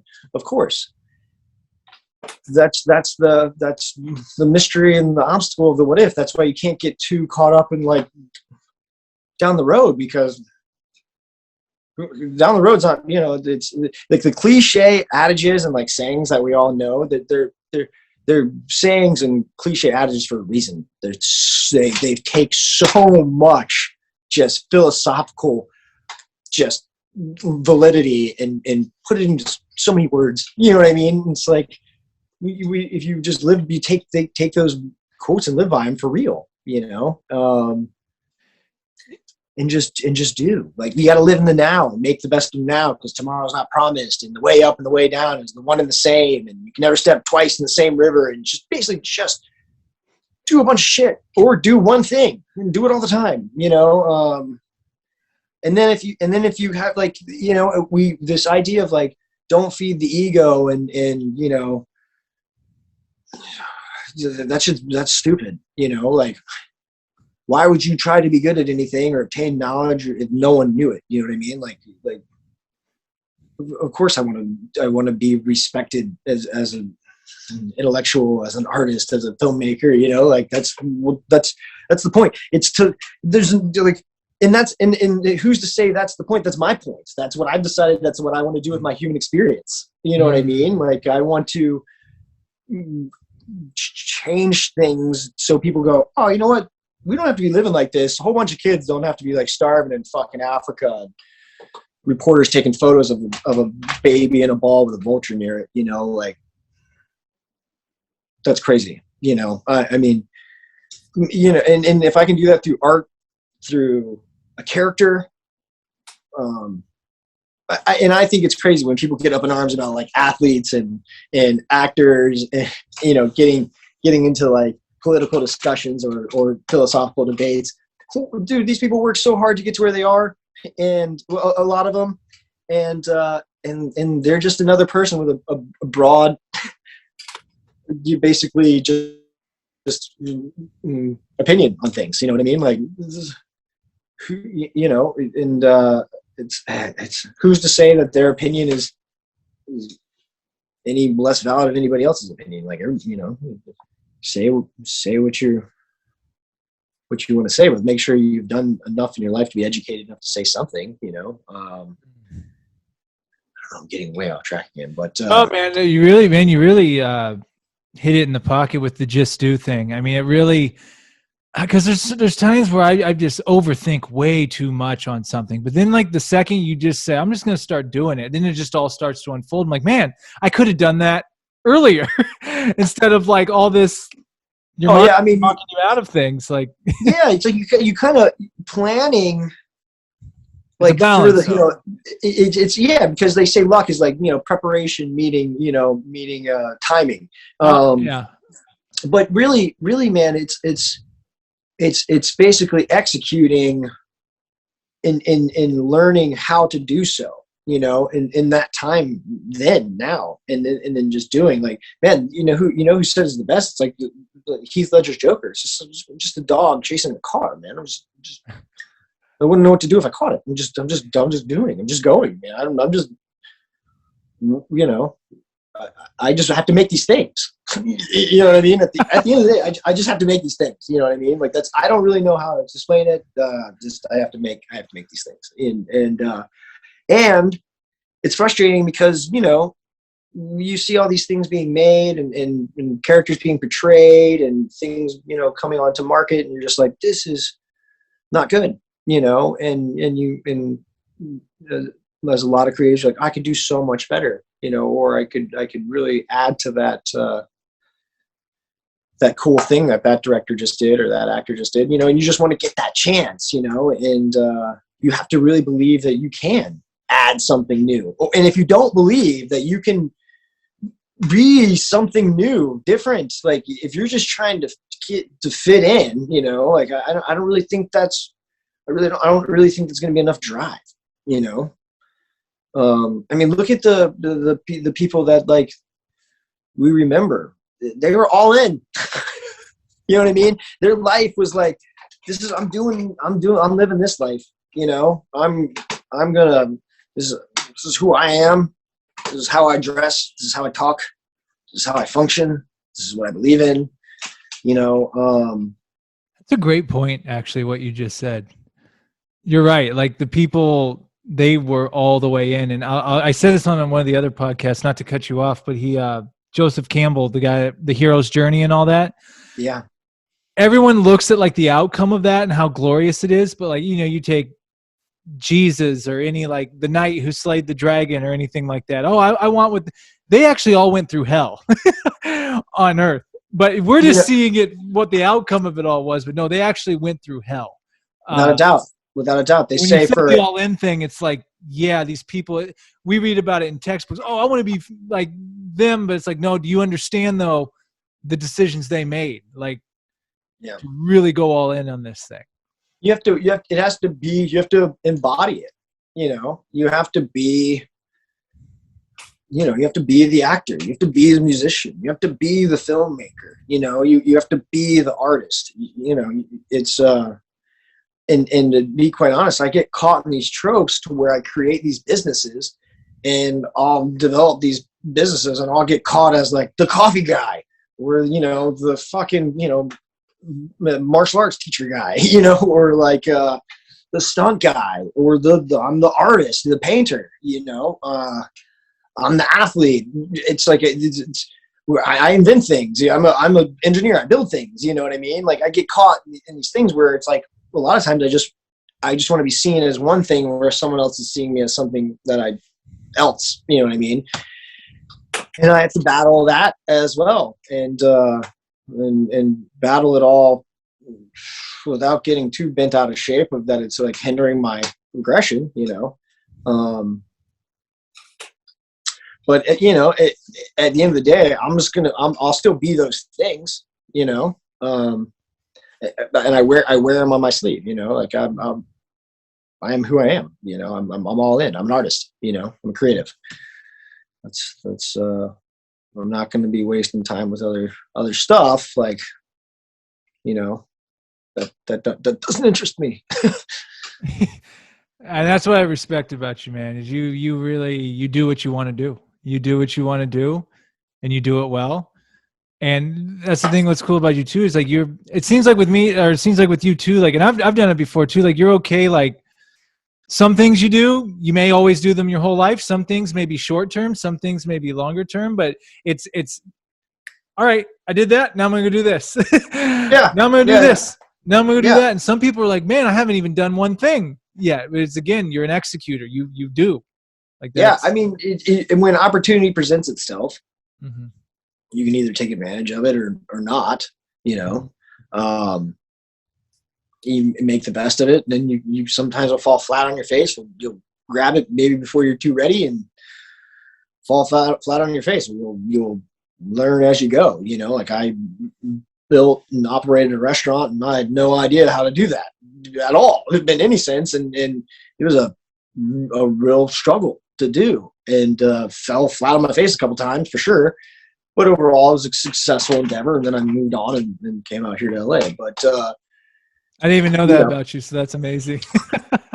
oh, thanks. But yeah, the restaurant industry is a motherfucker. But yeah, like you basically you have faith that you've been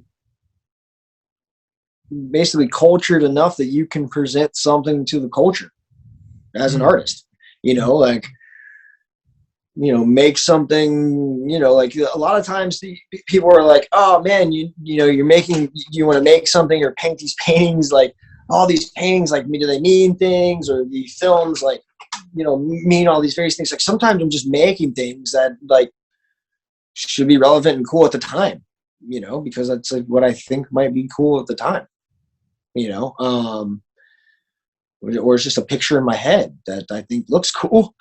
Like I just paint whatever's in my head.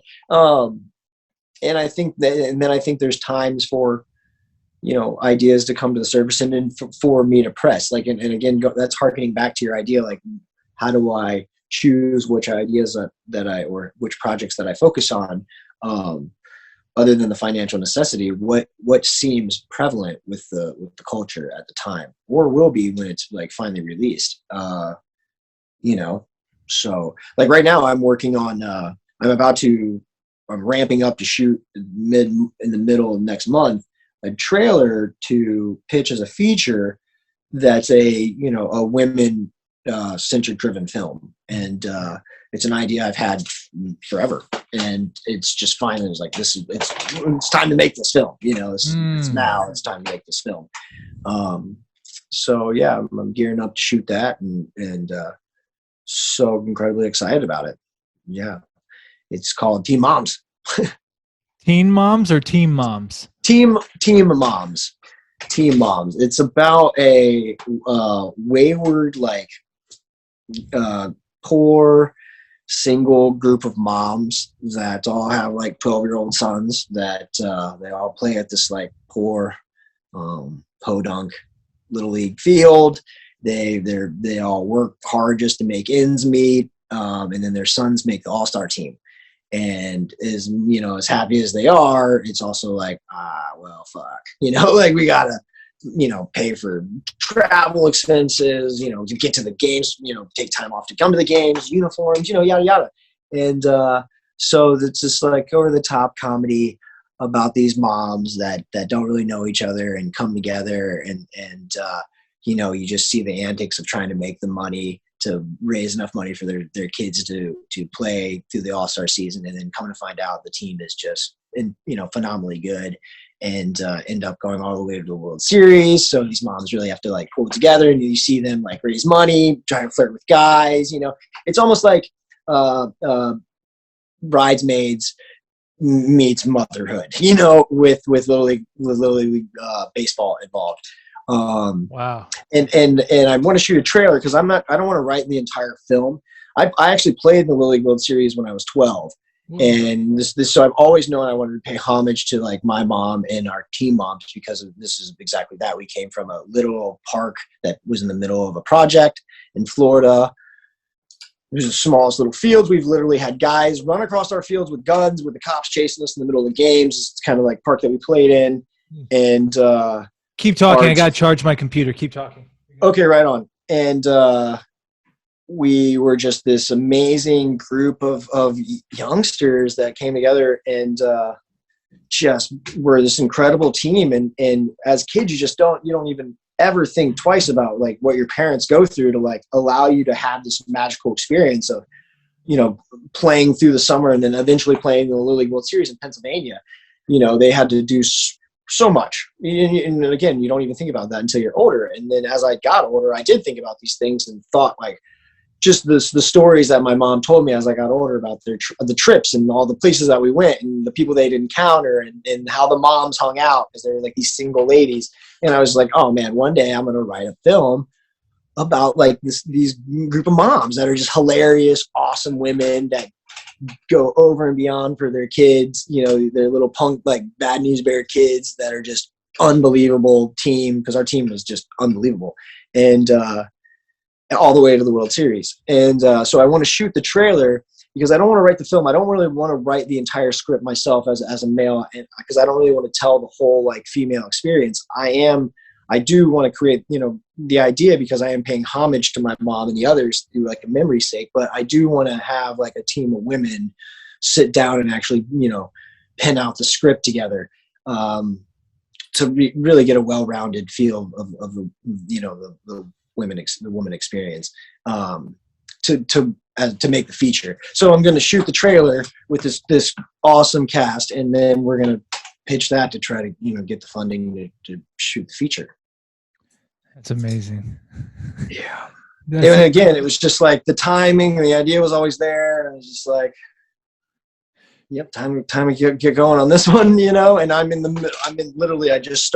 just launched a sports trading cards and collectibles online shop, and I launched a vintage clothes shop, and so I've just been doing that right now, and that's been pretty hectic, but yeah, I'm doing all of those things while trying to kind of juggle, getting this project going. So. Hey man, well, you're an inspiration, and you said something earlier that really hits home with something in particular. I one of those things I've had in my head for years, but then it's like, you just kind of know when you start like actually putting it down and it starts coming out, you're like, oh, now it's time. Like here it comes. Yeah. You said you hope something along the line, I'll have to go back in the edit to listen, but you just hope you're cultured enough to be able to make a contribution to it. And I relate to that so much. And it's like, yeah, it's like, it's not even about being good. You're not trying to be good. You're not trying to outdo anyone. You just, this unique thing that you have in your head, you're the only one that can put it together because Right. it's your idea. So Right. you got to put it together, and you just hope that you can put it together. And maybe one or two people appreciate it. Maybe they're like, "Oh, I see what you were doing there," You know what? And you might not be appreciated in your time. You know, that's something that my True. mom and I have had discussions about, because as a painter, I work real hard at my art, and you know, I don't sell a lot of work at high volume. I do sell paintings here and there, of course, and I do, like, you know, murals and stuff. But you know, maybe I might not be, you know, respected or recognized as an artist in my timeline, you know, in my time frame, and it's okay, you know. And it took me a while to be okay with that, because, you know, because of the ego wants to, you know, be like, I know what I'm doing. I think, like, in comparison to what other people think is good, like, doesn't this work? You know, like, so it's a little frustrating in that regard, and it's hard to, like, play the game, to, like, really have to press it out there, and through the menagerie of stuff that's already out there, menagerie of stuff that's already out there. But you know, you do want to be able to be understood, right? That's why do it this way, you know, like the why. Again, everything that we know, everything is always just the why. Like, just dig a little deeper, like Rafiki, man, just look deeper, you know. And it's so true. And we do that with I mean, in all aspects of humanity, from, you know, all aspects of art in humanity, just asking why was this way, or why was it done this way? And I don't even know where I was going with that, but yeah, I completely continuously want to present something that's, like, you know, respected as a cultured individual, where people go, oh yeah, it makes sense. Yeah. You know, like, or, you know, like, or to where it's like, wait a second, if any of that's true, I got to think about that for a minute. You know, I mean, that's, at the end of the day, because I battle with these things, and this is probably a strange time to talk about it, but you battle with, like, letting the ego go sometimes, right? Like, letting it be itself. And you battle with, like, saying, okay, well, I want to make these things, and I think I can do it better than other people. So if you get the chance to do that, you better have, like, the tool belt to do it, you know. And you know, and I know, and everybody that's creative, they know what those tools are, and it's just the self-discipline of obtaining them, and then putting them to work, right? So it's again, I'm just going off. I keep getting off topic, but Oh no, I love it. It's great. but I mean, you just want to be. You just want to know for yourself that you're not crazy, right? That you, like, yeah, I can. It's like that. I guess at the end of the day, man, that's like, I just have to, like, prove that I'm not crazy.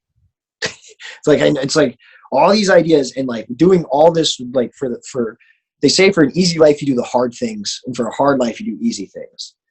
So it's like, how much hard shit do you have to do until shit gets easy, right? So you have to think, man, if you believe in your, like, self, and if you believe you're that good at stuff, you have to just keep going, right? Until you feel like, yeah, okay, good, you know, that, and you just keep doing, you know, you just keep doing.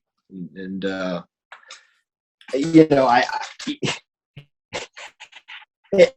and I guess, where was I going with that? I had a very, oh gosh, sorry. Okay, so the film okay, everything I'm doing is to try to, like, say that I figured some things out, and I'm trying to do it in a way that is, like, accepted. This is getting really, I don't even know if I've ever discussed it really with people openly, but okay.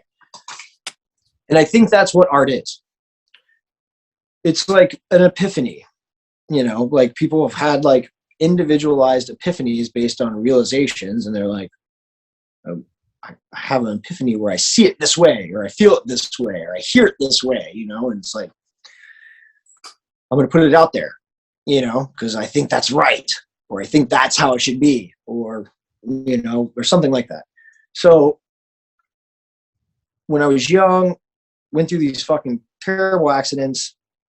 And because of these terrible accidents and where I live, these are all variables that equate who I am, right? So I go through these accidents, I cut my neck, and was hit by lightning, and all these people are like, oh, like God saved you, and like you have a purpose, and you're special in God's eyes, and that just kept getting to me, right? So I immediately like fell into religion, and in that area of Christianity, because like Young Life was such a big thing, like youth groups and like high schools and shit. So I wanted to fit in, and it was just like such an interesting thing, because I was like, why would God do such horrible things to a kid, just to like save him, to prove that he can? That's imposing his will, logically. So I just got really interested in religion, and I started really diving into religion at a young age, like in from my like freshman year of high school. And I read the Bible over and over and over. And then I started reading, other religious texts like the Quran and just various other religious texts from other civilizations or other cultures and religions. And so I started to like kind of get this bad taste in my mouth over time. And I had I had a group of friends that were all pretty advanced individuals, and we were all kind of like playing along and going to like Windy Gap and the Young Life like groups and stuff like that. But we had this like, kind of like young, cool, like group leader that like hung out with us and stuff. And we would like test him. So we'd go on these trips, but we'd have all these talks and stuff. And we would like ask literal like questions about like this faith and religion and trying to make actual sense of it. Like what's up? What about the dinosaurs? Simple things like that, to like kind of, hey man, explain to me the crucifixion. I really kind of have an issue with this. I don't really understand how that works. Like I get the story. I read the story a bazillion times now, but when it comes to the crucifixion, it doesn't make a lot of sense. And it's like the whole point. This is like the whole thing hinges on his resurrection. Everything. So, we asked this guy over and over and over, and I ended up like having the crucifixion tattooed on my back because it was such this thing that didn't make sense to me, right? I just didn't get how this whole story, there was a couple things that stood out in the Bible. We're going down a rabbit hole here. Okay. But I'm ready. so I continuously asked about the crucifixion, and then like this one particular thing in the Bible about Jesus himself. And eventually by like kind of ruminating on this, and then like looking into history, and then kind of finding the roots and the origins of, when the Bible was incepted and by who and what region of the world and what was going on at the time and other religions, you start to kind of see the stories for what it is, right? You kind of put it into place in reality. But the story of the Bible had, such a huge story, but I was like reading it like differently, I guess, because something was sticking out to me. And that one thing stuck out to me so much that it just like wouldn't leave me alone. And then eventually it turned into a what if I just take this one thing and change the variable, the whole story changes, right? So I started writing this story that I discussed with one of my really good friends at the time. And I was like, what if you, like, these two things that were really bothering me about the Bible. I was like, what if you just take this story and flip these couple things, and add this what if because of where we are now with our scientific advancements. And it was this like story where, anytime I discussed it with my buddy or my friends, are like, Jesus Christ, it's an amazing fucking idea, like even at a young age, like that's cool. So I started developing it, and I was like this makes a lot more sense than anything that we know, and it's just a fun story. But that's how poignant stories can be, and that's kind of what the Bible was, So I just basically have always, everything that I'm doing, literally everything, in making these films are just like stepping stones to just get to this one big trilogy. And it's because I feel like I can say something where people go, oh, damn, that's a really, really interesting way to look at it. And just that one little, instead of telling people how to look at something or telling people like this is what it is, give them the opportunity to see it from a different angle. And because of that, it can create a kind of a snowball effect of reasonable thought, and it could change kind of the perception of how we see things in general, based on just take one step sideways and add another variable. That's you could see things vastly different, and it might allow people to look at religion differently, and then by making a film, a very, very large trilogy epic film. But yeah, so I've just basically been, everything I'm doing is to just get the opportunity to make this one thing so I can just mind fuck the hell out of people. Oh, I can't wait for that. And dude, you remind me.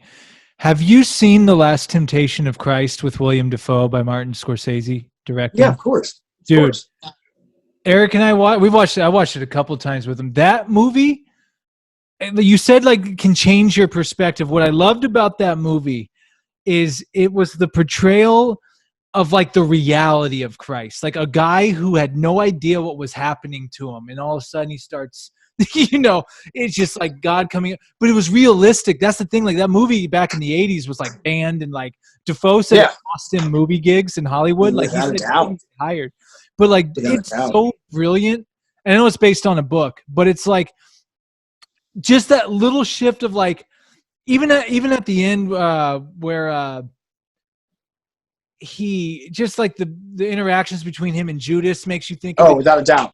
Without a doubt. It really flips it on its head a little bit, and you're like, God, like it really, to me, makes it a more realistic version of Christ. Without a doubt. This guy who didn't choose this, like it was chosen for him, and then he just gets thrown into it, and he just starts going with it, as opposed to like this fluffed up version of I don't know. Does that make sense? Like it's like without a doubt. So, Joel, this has been a treat, man. Like this has been, again, this is something I want to do again with you, because we just didn't even scratch the surface of humanity, but this has been so amazing catching up with you. Before I give you the last word, where can the people find you? Do you want to find you on social media, online? Where should they go to look? Oh, I mean, yeah, I have a website that's joel.com. Super easy. And then my Instagram, I guess, is Joel, and then my name backwards, Leoj, and then 44. Super easy. Simple stuff. But yeah, hopefully you won't have to go find me. Hopefully I'll be out there in your face sooner or later. And Joel, I always give the guest the last word. It can be as deep or as shallow as you want. It can be a thought, an idea, absolutely anything you want to leave us on. I don't know. I always want to kind of be profound, right? But I guess I can kind of encapsulate it all with, the two quotes that I kind of learned to live by. One from they're not of my mom and dad, but ones that my mom and dad both really enjoyed. Is my dad, said that the way up and the way down are one and the same. And my mom always loved the quote, sometimes you got to jump and find your wings on the way down. And it's so true. We're all just out here, and we're all just kind of learning as we go, and trying to make the best of it. And if you really take the idea that everything is math, and you just kind of compartmentalize everything and have a little bit of self-discipline and find a genuine care for each other, that's where your art comes from, is trying to connect. It's this deep, almost depraved urge to just want to connect to so many people, to I don't even know why. I don't even care. Who gives a fuck why? What does it matter? It's just that's the feeling. It's there. It's real, right? It's this urge to want to provide this sense of now. It's like being, one thing. Again, I go off on tangents, but Bruce Lee was obviously so profound and was so good with these conceptual metaphors and one thing that's my favorite, of course, and most people's favorite is be water, right? Water flows and water crashes, and so it's always moving forward. Hits the rock, moves around the rock, goes over the rock, goes around the rock.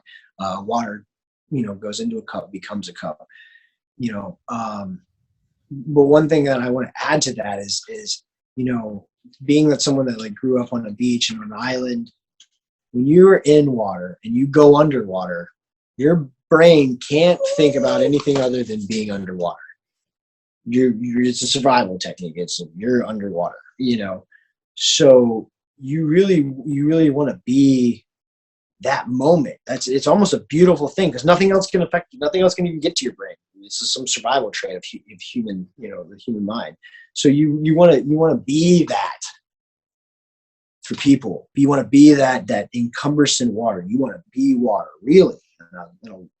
More so than just to, be water in a cup. You want to be water surrounding the person to give them this moment that they share with you, and that's, it can last forever for people, and it can change things, and it can encapsulate a moment for history to come, and that's to me. That's the point. That's the beauty of it. That's what I'm trying to do. And River says she's ready. She's ready for some cuddling.